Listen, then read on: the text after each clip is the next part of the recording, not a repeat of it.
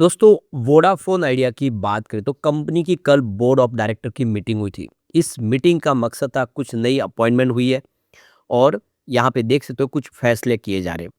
Vodafone idea का management चाहता है कि वोडाफोन आइडिया अब तेजी से आगे बढ़ पाए। जो जो प्रॉब्लम है उसका निपटारा किया जाए। सबसे बड़ी प्रॉब्लम है भारी भरकम कर्ज, जिसके लिए सुप्रीम कोर्ट पहुंची है।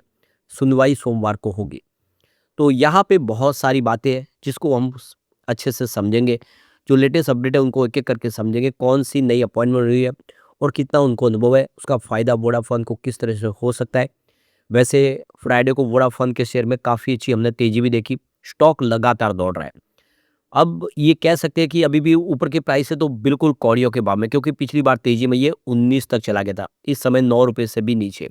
तो ये कह सकते हैं कि बहुत ज़्यादा डिस्काउंट पे स्टॉक है और एक समय वोडाफ़ोन आइडिया में से सिर्फ आइडिया अकेला था, बाज़ार में लिस्ट था, तब ये ₹100 के ऊपर था। ऐसे में क्या संभावना बन रही है उसको समझेंगे इस वीडियो के माध्यम से।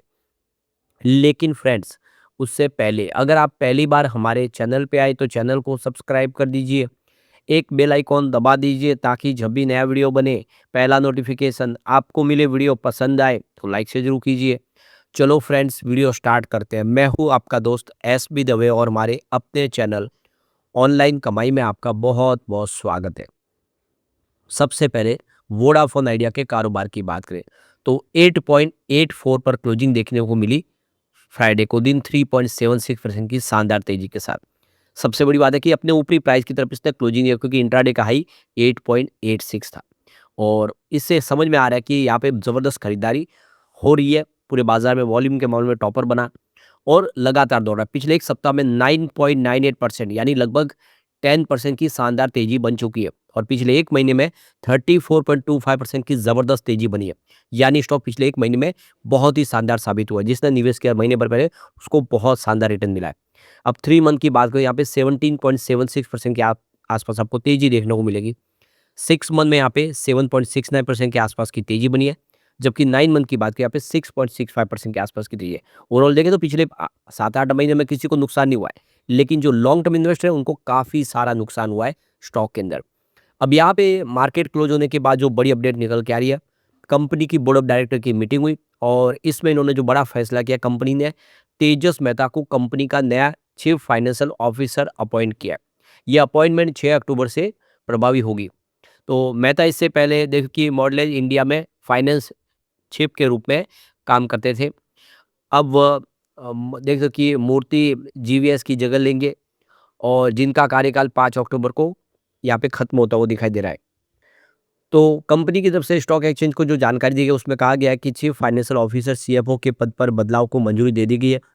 इसके तहत मूर्ति जीवीएस का जो सीएफओ का जो मैनेजर पर्सनल है, केएमपी का जो कार्यकाल है वो 5 अक्टूबर 2025 को समाप्त हो जाएगा। ऐसे में उन्होंने अब इसकी जो बागडोर है वो तेजस मेहता को सौंप दी है। 6 अक्टूबर 2025 से वो सीएफओ और केएमपी के तौर पे अपॉइंट कर लिए गए। यहाँ पे गौर करने वाली बात है कि उन्हें इंडिया में और इंटरनेशनल मार्केट में 25 ईयर से अधिक का डाइवर्स एक्सपीरियंस है। उन्होंने ग्रोथ, ट्रांसफॉर्मेशन और इंटीग्रेशन के दौर में बड़े पीएनएल का उन्होंने नेतृत्व किया है। मेहता ने रीजनल सेंटर्स फॉर एक्सीलेंस बनाने, बिजनेस प्रोसेस मजबूत करने और ग्लोबल स्तर पर फंक्शनल एक्सीलेंस और टैलेंट डेवलपमेंट की पहलों को आगे बढ़ाने में अहम भूमिका निभाई है। इससे पहले अगस्त में कंपनी के सीईओ अक्षय मुंद्रा के कार्यकाल समाप्त होने पर कंपनी के ही सीनियर एग्जीक्यूटिव अभिजीत किशोर को भी नया कार्यकारी अभियुक्त किया था। तो इसको लेकर भी जो अपडेट है कि यहाँ पे जो अभिजीत किशोर को अपॉइंट किया गया है चीफ एग्जीक्यूटिव ऑफिसर के तौर पे अक्षय मुंद्रा की जगह पे 3 साल के कार्यकाल के लिए। तो इसके बोर्ड ऑफ डायरेक्टर ने जो फैसला किया उसकी रजामंदी शेयर होल्डर की लेनी थी।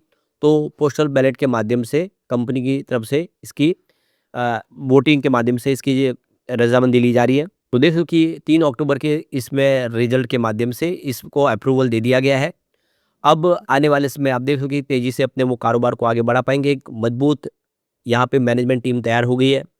तो ये देख सकते हो कि जो मेंबर्स जिनकी कट ऑफ लिस्ट अगर आप देखें 3 अक्टूबर 2025 फ्राइडे तक शो हो रही है, वो सारे एलिजिबल है यहाँ पे वोट करने के लिए।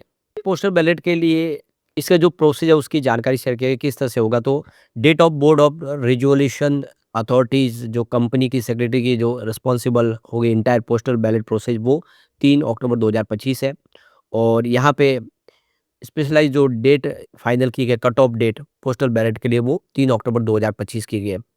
तो date of completion dispatch notice की जो इलेक्ट्रॉनिक मीन्स के लिए भी 10 अक्टूबर 2025 फाइनल की गई है। और न्यूज़पेपर के अंदर इसकी जो एडवर्टाइजमेंट देगी इस पूरे मैटर को लेकर वो 11 अक्टूबर 2025 शनिवार को होगी। और इस पे ई वोटिंग जो इलेक्शन मोड के माध्यम से होगा 13 अक्टूबर 2025 को होगा।